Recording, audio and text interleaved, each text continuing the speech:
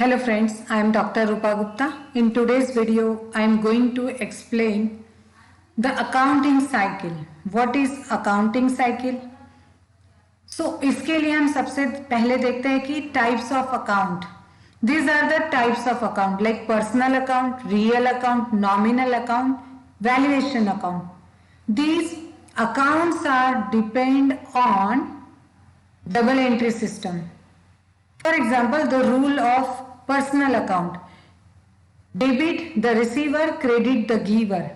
The rule of real account: debit what comes in, credit what goes out. The rule of nominal account: debit all expenses and losses, credit all gains and income. So in this way, these types of accounts are depend on double entry system. एक side debit होता है तो एक side credit होता है. So this is the formula. Always debit equals to credit. So debit is nothing but the asset side and credit is nothing but owner's equity plus owner's liability. So OE stand for owner's equity and OL stand for owner's liability. So in double entry accounting system, every transaction is recorded by equal amounts of debits and credit. Now, what is accountant's life? Accountant की life में क्या होता है? Always asset equals to owner's equity plus owner's liability. This is the accountant's life. So assets कब बढ़ती है? Assets कब कम होती है? असेट को हम कब प्लस कर सकते हैं, असेट को हम कब माइनस करते हैं, असेट में डेबिट कब होता है, असेट में क्रेडिट कब होता है. Debit for increases. So in regards of assets, अगर हम असेट की बात करते हैं तो जब आपकी असेट बढ़ती है तो उसे डेबिट करना चाहिए, जब आपकी असेट कम होती है तो उसे क्रेडिट करना चाहिए. इन the same manner owners liability and owner's equity दोनों का फॉर्मूला सेम है. अगर ओनर्स की लाइबिलिटी और इक्विटी डिक्रीज होती है, कम होती है, तो उसको डेबिट करना चाहिए. लेकिन अगर ओनर्स की लाइबिलिटी बढ़ती है, ओनर्स की इक्विटी बढ़ती है, तो उसे हमेशा क्रेडिट करना चाहिए. So this is all about the accountant's life. Now what is accounting cycle? So हमें पता है कि डे टू डे लाइफ में बिजनेस ट्रांजेक्शन्स होते हैं. मान लीजिए एक ऑर्गेनाइजेशन है, उस ऑर्गेनाइजेशन का मेन पर्पस होता है गुड्स एंड कमोडिटीज का परचेसिंग एंड सेलिंग करना. सो किसी भी बिजनेस में सबसे पहले ट्रांजेक्शन्स किए जाते हैं और उन ट्रांजेक्शन्स के बेसिस पर डॉक्यूमेंट्स जनरेट होते हैं.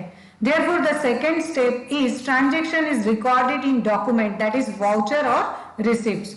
And the third is analyse the transaction, that is location. उन ट्रांजेक्शन्स का एनालिसिस किया जाता है और उसके बेसिस पर जर्नल एंट्रीज की जाती है. And after completion of journal entry there is a turn of ledger account. अलग अलग काइंड्स के अकाउंट्स को ओपन किया जाता है और उन अकाउंट्स में डेबिट और क्रेडिट जो भी बैलेंस बचता है उसके बेसिस पे ट्रायल बैलेंस बनाया जाता है. And on the basis of trial balance, the accountant have to prepare balance sheet, profit and loss account as well as cash flow statement. So this is all about the accounting cycle. Now, what is the accountant's routine? क्या होता है accountant के day to day life में? तो हम देखते हैं कि सबसे पहले transactions होते हैं और transactions होने के बाद में उसके बेसिस पे अलग अलग तरह के डॉक्यूमेंट्स जनरेट होते हैं. उन डॉक्यूमेंट्स का एनालिसिस किया जाता है और एनालिसिस होने के बाद में उनकी जनरल एंट्री की जाती है. जर्नल एंट्री के बाद में उनकी पोस्टिंग की जाती है, लेजर पोस्टिंग की जाती है अलग अलग प्रकार के अकाउंट्स में. और उन अकाउंट्स में जो रिमेनिंग बैलेंस होता है उस बैलेंस के बेसिस पर ट्रायल बैलेंस बनाया जाता है और ट्रायल बैलेंस के बेसिस पे फाइनेंशियल कंक्लूड किया जाता है, फाइनेंशियल कंक्लूजन्स लिए जाते हैं, that is balance sheet, profit and loss account and trading account बनाए जाते हैं. तो इस तरह से ये अकाउंटेंट का रूटीन होता है. Now what is manager's routine? एक मैनेजर का रूटीन क्या होता है? So this is all about the routine of a manager as asset equals to owner's equity plus owner's liability. Assets हमेशा ओनर्स की इक्विटी और ओनर्स के लायबिलिटी के बराबर होती है। And asset is nothing but the debit side and owner's equity and owner's liability is nothing but the credit side. So always the debit equals to credit. So let us see this thing with the help of this transaction, that is example. Mr. Ram started business with cash rupees 5 lakh. Mr. Ram ने 5 lakh rupees से अपने business को start किया। तो यहाँ पे हम देख सकते हैं कि two terms are important, cash and owner's equity. Ram ने एक बिजनेस में 5 लाख रुपीज लगाया तो उसके पास से कैश गया है, लेकिन उसी तरह से उसके बिजनेस में 5 लाख रुपीज आए है। Therefore it is the example of equity. So let us see इससे असेट्स कैसे इंक्रीज होती है या डिक्रीज होती है, इक्विटी में किस तरह के चेंजेस होते हैं। So by cash account debit 5 lakh rupees to capital account credit 5 lakh rupees. Okay, so यहाँ पे कैश बिजनेस में आई है, देयरफॉर बिजनेस की असेट बड़ी है। एंड इक्विटी क्योंकि ये बिजनेस में इन्वेस्ट किया गया है इन्वेस्टर के द्वारा, एम्प्लॉयर के द्वारा, इसलिए इसकी इक्विटी में भी इंक्रीमेंट हुआ है। इन द सेम मैनर हम इसकी लेजर में एंट्री कैसे करते हैं? So see this is the journal entry. हम जर्नल एंट्री के बेसिस पे लेजर कैसे बनाते हैं? By cash account debit. So here also आप इस स्लाइड में देख रहे हैं कि कैश अकाउंट को भी ओपन किया गया है और कैपिटल अकाउंट को भी ओपन किया गया है। सो कैश अकाउंट डेबिट है, इसलिए कैश अकाउंट के डेबिट साइड में 5 लाख रुपीज लिखा जा रहा है।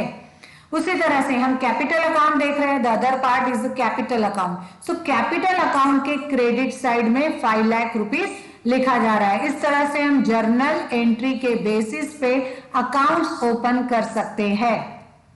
Now this is the transaction number 2। Mister Ram purchase goods worth rupees 80,000 on cash basis.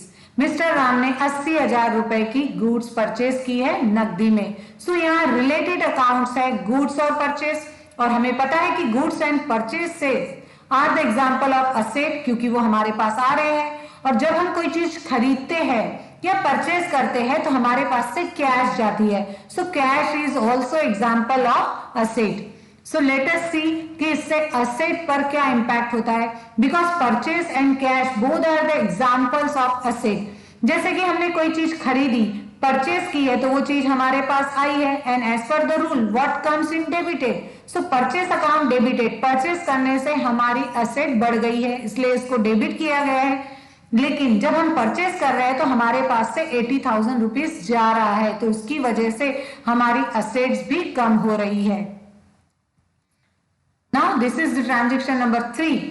He sold goods on credit to mister Sachin worth rupees 50,000। Mister Sachin को 50,000 rupees की गुड्स सोल्ड की गई है। Friends, this is the example of credit. ये उधारी में selling की गई है। तो देखते हैं कि असेट्स पर इसका क्या इफेक्ट होता है। Mister Sachin is the receiver, okay, लेकिन मिस्टर सचिन को हमने ये जो गुड्स सेल की है वो उधारी में दी है। सो यहाँ पे असेट्स बढ़ रही है सचिन के पास। So by Sachin account debited 50,000 rupees to sales account credited 50,000 rupees, क्योंकि हमारे पास से 50,000 रुपीज का माल जा रहा है और इन फ्यूचर में सचिन से हमें 50,000 रुपीज मिलने वाले हैं। So let us see the journal entry of this transaction. By Sachin account debited 50,000 rupees to sales account credited 50,000 rupees being credit sales. Okay, so यहाँ पे हमने related accounts देखा है कि सचिन और सेल्स है। सचिन का अकाउंट डेबिट किया गया है 50,000 से, इसलिए हमने सचिन के लेजर में डेबिट में 50,000 रुपीज लिखा है। उसी तरह से यहाँ सेल्स किया गया है, इसलिए क्रेडिट साइड में सेल्स के क्रेडिट साइड में 50,000 रुपीज लिखा गया है। नाउ अभी हमने देखा कि जर्नल एंट्री कैसे करते हैं, उसके बेसिस पे हम लेजर कैसे करते हैं, और उसके बाद में टर्न आता है trial balance. So now the question arising in your mind, what do you mean by trial balance? Trial balance क्या होता है, इसका accounts में क्या importance होता है?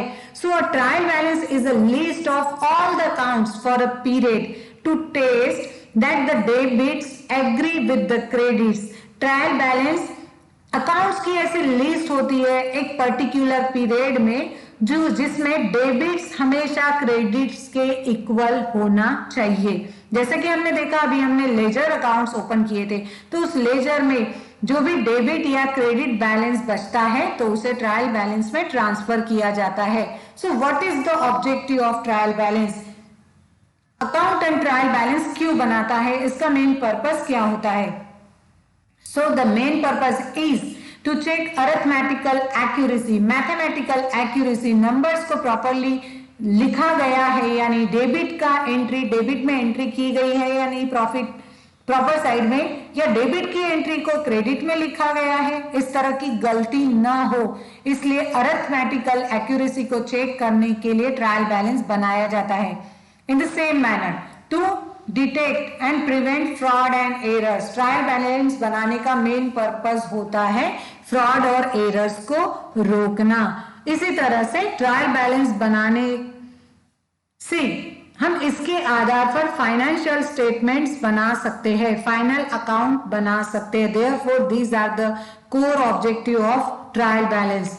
Now the question arises, how to prepare trial balance? Trial balance को कैसे बनाया जाता है? सो जितनी भी असेट्स होती है, एक्सपेंसेस एंड लॉसेस होते हैं, उनको ट्रायल बैलेंस के डेबिट साइड में लिखा जाता है, एंड जितनी भी लाइबिलिटीज, इनकम्स एंड गेन्स होती है, उनको ट्रायल बैलेंस के क्रेडिट साइड में बनाया जाता है या लिखा जाता है।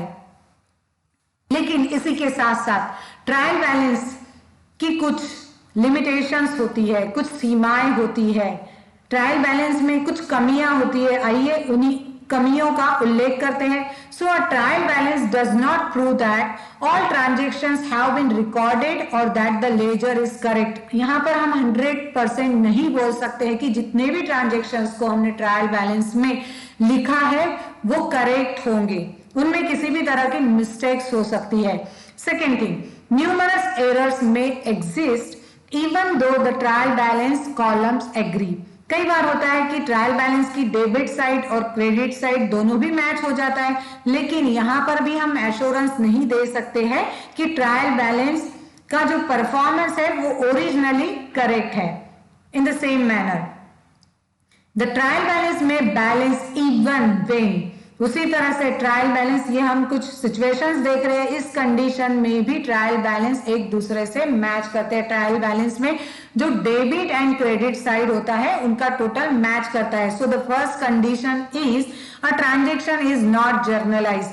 हो सकता है कि अकाउंटेंट उस ट्रांजेक्शन को लिखना ही भूल गया हो, उसकी जर्नल एंट्री ना की हो, तो ट्रायल बैलेंस में उसका उल्लेख ही नहीं होगा, तो ट्रायल बैलेंस पर इसका कोई इंपैक्ट नहीं होगा। Second, a correct journal entry is not posted, या हो सकता है कि जो करेक्ट एंट्री है आपने करेक्ट एंट्री नहीं लिखी है, आपने रॉन्ग एंट्री लिखी है और आपको पता ही नहीं है कि वो रॉन्ग एंट्री हो गई है, तो ये भी उसकी लिमिटेशन हो सकती है। And the third one is a journal entry is posted twice, आपने उस जर्नल एंट्री को 2 बार लिख दिया है, 2 बार लिखने के कारण आपको अपनी गलती पता नहीं चलेगी। सो ये ट्रायल बैलेंस की एक मर्यादा है। In the same manner incorrect accounts are used in journalizing और पोस्टिंग, या हो सकता है कि आपने जर्नल एंट्री प्रॉपर की है लेकिन वो इनकरेक्ट अकाउंट में ली है, तो वहां पर भी आपको गलती पता नहीं चलेंगी। And the fifth one is offsetting errors are made in recording the amount of the transactions, यहां पर ऑफसेटिंग एरर्स भी हो सकते हैं। नाउ टाइप्स ऑफ एरर्स, हम देख सकते हैं कि ट्रायल बैलेंस बनाते समय गलतियां होती हैं, मिस्टेक्स होते हैं, एरर्स होते हैं, तो इसके 2 प्रकार है। The first one is errors disclose by trial balance. एक एरर ऐसा होता है जिसको हम ट्रायल बैलेंस के बेसिस पर भी जान सकते हैं, और एक एरर ऐसा होता है जो ट्रायल बैलेंस में हम उसे फाइंड आउट नहीं कर सकते हैं। तो second one is errors not disclose by trial balance. So let us discuss the first error, that is error disclosed by trial balance. So the first thing is omission to post an amount into ledger. आप उस amount को laser करना ही आपने omit कर दिया है, आपने लिखा नहीं है, तो उसकी गलती का सवाल ही नहीं उठता है। In the same manner debit और credit entries are not posted at all or posted twice. हो सकता है कि आपने डेबिट या क्रेडिट एंट्री को लिखा ही ना हो, या हो सकता है कि आपने उसकी 2 बार एंट्री की है, तो 2 बार एंट्री करने की वजह से भी आप गलती को फाइंड आउट नहीं कर पाओगे। In the same manner debits are wrongly posted as credits and vice versa. आपने डेबिट की एंट्री क्रेडिट में रॉन्गली पोस्ट की है या क्रेडिट की एंट्री रॉन्गली डेबिट में पोस्ट की है, तो इस वजह से भी गलती पता नहीं चल सकती। इन the same manner wrong totalling of subsidiary book, जो सब्सिडियरी बुक्स होती है अगर हम उसकी रॉन्ग टोटल कर देते हैं तब भी हमें एंट्री नहीं पता चलेंगी, गलती नहीं पता चलेंगी। And next thing is difference in amount between the entries. Entries करते समय अगर अमाउंट्स में डिफरेंस आता है तो ट्रायल बैलेंस में आप तो जो लिखोगे वही दिखेगा, अकाउंटेंट जो लिखता है वही दिखता है, तो इस वजह से वहां भी गलती नहीं पता चलेंगी।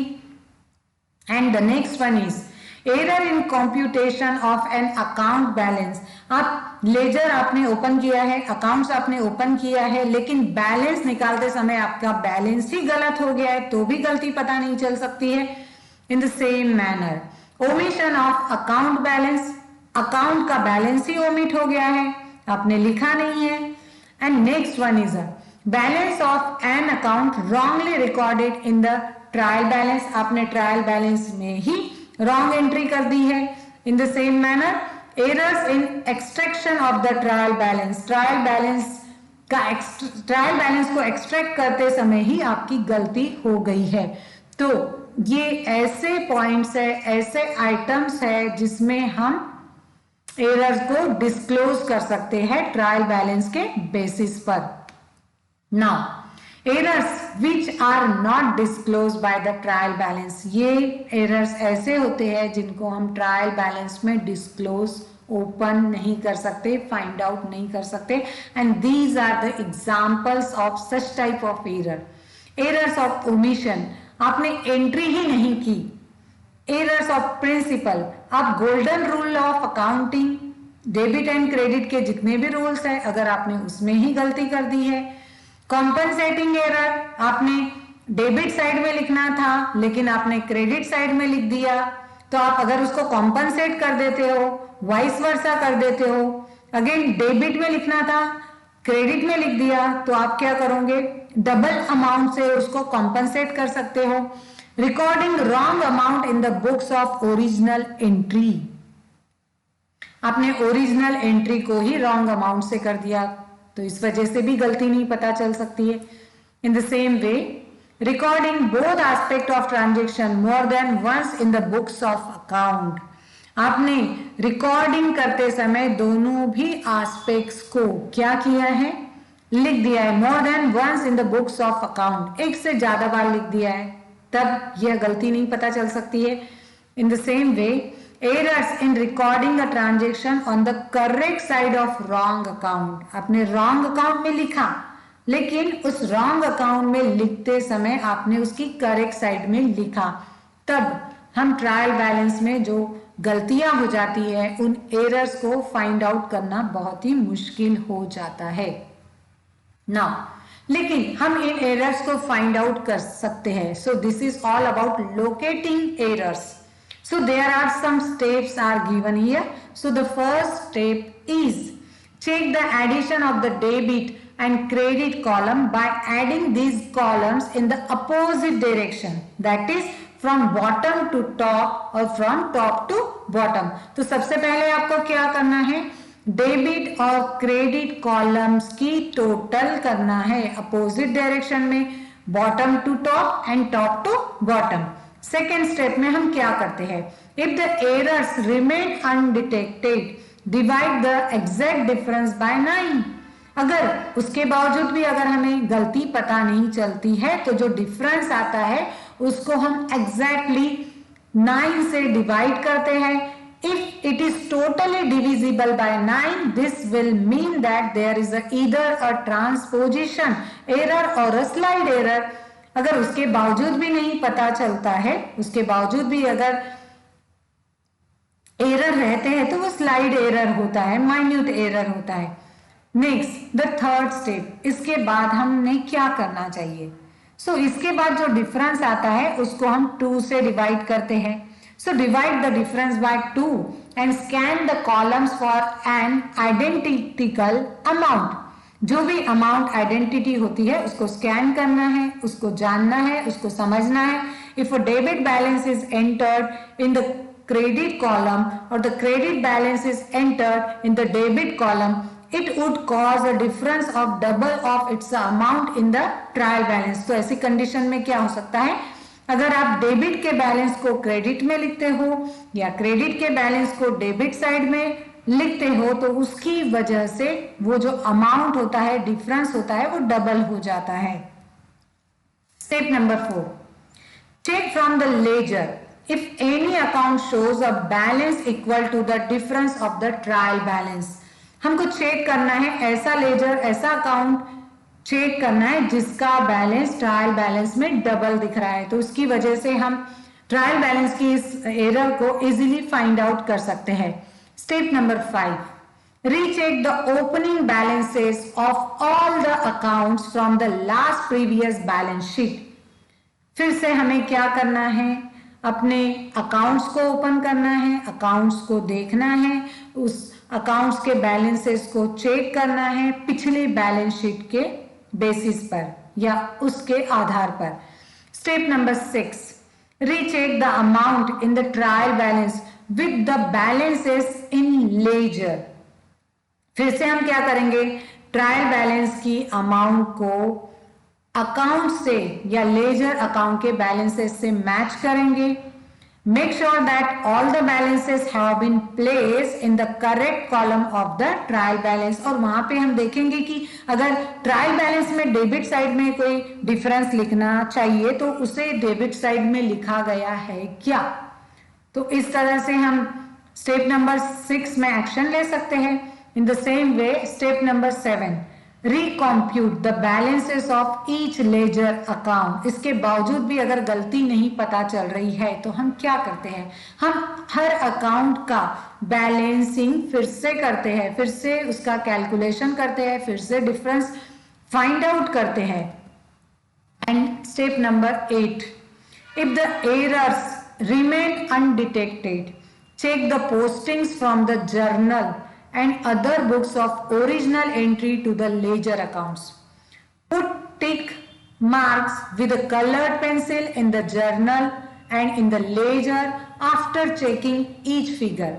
After completing the operation, look through the journal and the ledger for any unticked amount. So friends, step number 8 में हम क्या करते हैं? इसके बावजूद भी अगर ट्रायल बैलेंस में जो गलती हुई है उसे हम फाइंड आउट नहीं कर पा रहे हैं तो हम सबसे पहले जर्नल एंट्री में जाएंगे, ओरिजिनल बुक्स को देखेंगे, अकाउंट्स को देखेंगे और एक कलर पेंसिल लेके 1 बाय 1 उस पर टिक करेंगे. तो जिस एंट्री पे टिक नहीं होगा, जो अमाउंट अनटिक्ड रहेंगी, उसके बेसिस पे हम एरर को इजीली फाइंड आउट कर सकते हैं. And the last and the most important step is 9 number.